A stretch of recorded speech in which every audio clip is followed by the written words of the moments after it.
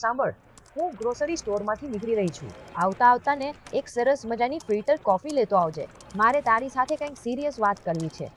Serious વાત plus filter coffee? થોડો ડર લાગી રહ્યો છે, પણ ઠીક છે. કોફી પાક્કું. પ્રોમિસ? પાક્કા વાળું પ્રોમિસ દાબા.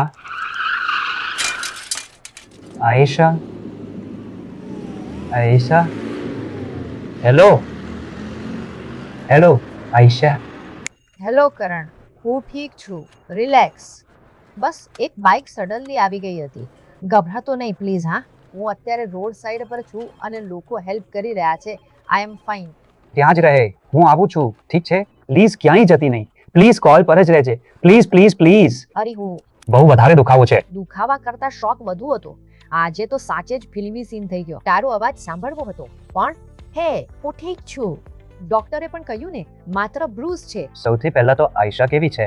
ઠીક છે, થોડો દુખાવો છે. ડોક્ટર કહે છે કે આરામ કરશે તો સાજી થઈ જશે. સાચું કહું તો હું જરા પાગલ છું. જો જરૂરી નથી કે જેનો એક્સિડન્ટ થયો હોય એ જ હચમચે.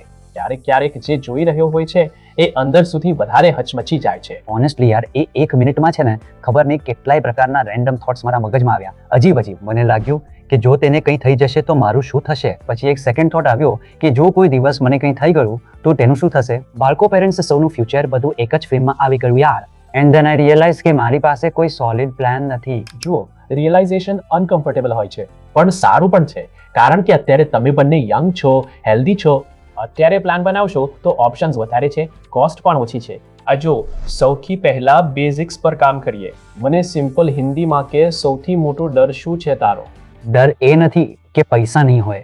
ડર એ છે કે જો કોઈ દિવસ મને કંઈ થઈ જાય તો આયશાને કોઈ બીજાની હેલ્પ ના લેવી પડે, યા તેને સ્ટ્રગલ ના કરવી પડે. અને જો આયશાને કંઈ થઈ જાય તો હું ઇમોશનલી તૂટીને પણ પ્રેક્ટિકલી વસ્તુઓને સંભાળી શકું. પરફેક્ટ. મતલબ તમારા બંને માટે ડિગ્નિટી બહુ ઇમ્પોર્ટન્ટ છે, ઇમોશનલ પણ અને ફાઇનાન્શિયલ પણ. તો 1 કરોડનો લાઈફ ઇન્સ્યોરન્સ લઈ લઉં છું. હવે આ કેવી રીતે વિચારી લીધું? પોતાની ઇન્કમ, લાઇફસ્ટાઇલ અને રિસ્પોન્સિબિલિટીઝના હિસાબે કવર ચૂઝ કરવું જોઈએ, નહીં કે આમ રેન્ડમલી. અને આ જ બધી અનએક્સપેક્ટેડ સિચ્યુએશન માટે હું તને એક બેસ્ટ પ્લાન વિશે જણાવવાનો છું.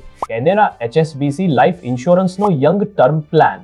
હવે હું તને સિમ્પલ લેંગ્વેજમાં સમજાવું છું. આમ તારા કેસમાં કોઈ બેકઅપ ઇન્કમ છે, ઇન્વેસ્ટમેન્ટ, ફેમિલી સપોર્ટ કે કંઈ ફિક્સ્ડ? ના, સેલેરી છે. જો એ રોકાઈ ગઈ તો બધું રોકાઈ જશે. બસ આ જ પોઈન્ટ છે જ્યાં પ્લાનિંગ જરૂરી થઈ જાય છે. સારું, એક વાત કહે, ફક્ત એસેન્શિયલ એક્સપેન્સ સાથે ઘર ચલાવવા માટે મિનિમમ કેટલા જોઈએ પર મંથ? લક્ઝરી નહીં, માત્ર ડિગ્નિટી કહે. બધું કટ કરીને લગભગ 60,000. પરફેક્ટ.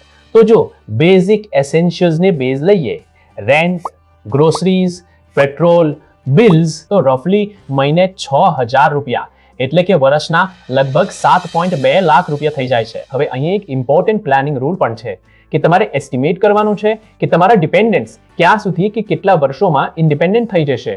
7.2 લાખ પ્રતિ વર્ષ મલ્ટીપ્લાય બાય 25 વર્ષમાં ડિપેન્ડન્ટ થઈ જવા જોઈએ. તે લગભગ 1.8 કરોડ જેટલું થશે. એક્ઝેક્ટલી. હવે બીજું layer, liability. Pending car loan કેટલાની છે? લગભગ 10 લાખ. ઓકે, તો કવર હવે એપ્રોક્સિમેટલી 1.9 કરોડ થઈ ગયું. હવે આમાં જો કોઈ સેવિંગ હોય તો તેને માઇનસ કરી લો.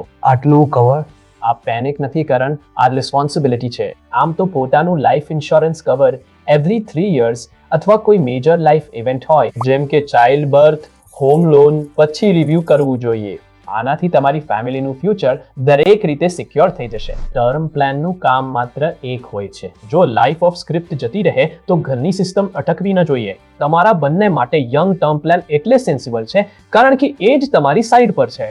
કવર હાઈ મળે છે અને પ્રીમિયમ લો લોક થઈ જાય છે પૂરી ટર્મ માટે. લોક થઈ જાય છે મતલબ? આજે જે રેટ મળશે તે જ 30-35 વર્ષ સુધી રહેશે. મતલબ 30s ની પ્રાઇસ 50-60 સુધી. અને માત્ર ડેથ કવર નથી હોતું. જો એક્સિડન્ટથી કંઈ થઈ જાય, એક્સિડેન્ટલ ડેથ, તો એક્સ્ટ્રા પેઆઉટનો ઓપ્શન પણ હોય છે. ડિસેબિલિટીનું શું? તે જ સૌથી ઇમ્પોર્ટન્ટ છે.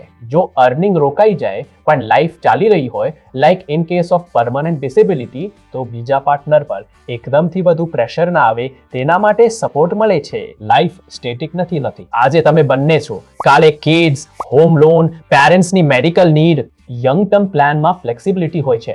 લાઈફ સ્ટેજીસ બદલાવા પર કવર વધારી શકો છો. મતલબ પ્રોટેક્શનની સાથે સાથે લાઈફ ગ્રો પણ કરી શકે છે. એક્ઝેક્ટલી. અને જે બોલે છે કે કશું નથી થતું તો પ્રીમિયમ વેસ્ટ, તેમના માટે return of premium type option પણ હોય છે. તો આ ફિયર બેઝ ડિસિઝન નથી એમ. હા, પીસ ઓફ માઇન્ડનું ડિસિઝન છે. જો કાલે કશું પણ થાય, પાર્ટનરને ટાઈમ મળે છે સંભાળવાનો. હવે જો Karan and Ayesha 2 crore cover is still working years, optional accident disability cover. જો એક્ઝેક્ટ પ્રીમિયમ ડિટેલ્સ પછી જોઈશું. અત્યારે તું ઘરે જઈને આયશા સાથે કામલી ડિસ્કસ કર. ડિસિઝન જોઈન્ટ હોવું જોઈએ. હા, આ અમારું જોઈન્ટ ડિસિઝન પ્રશ્ન. જો આયશાને કાલે કશું થાય તો તું સ્ટેબલ, અને જો તારી સાથે કશું થયું તો તે સ્ટેબલ. રિલેશનશિપમાં પ્રોટેક્શન બંને બાજુ ઇક્વલ હોવું જોઈએ. આ જ ટ્રુ પાર્ટનરશિપ છે. Thank God.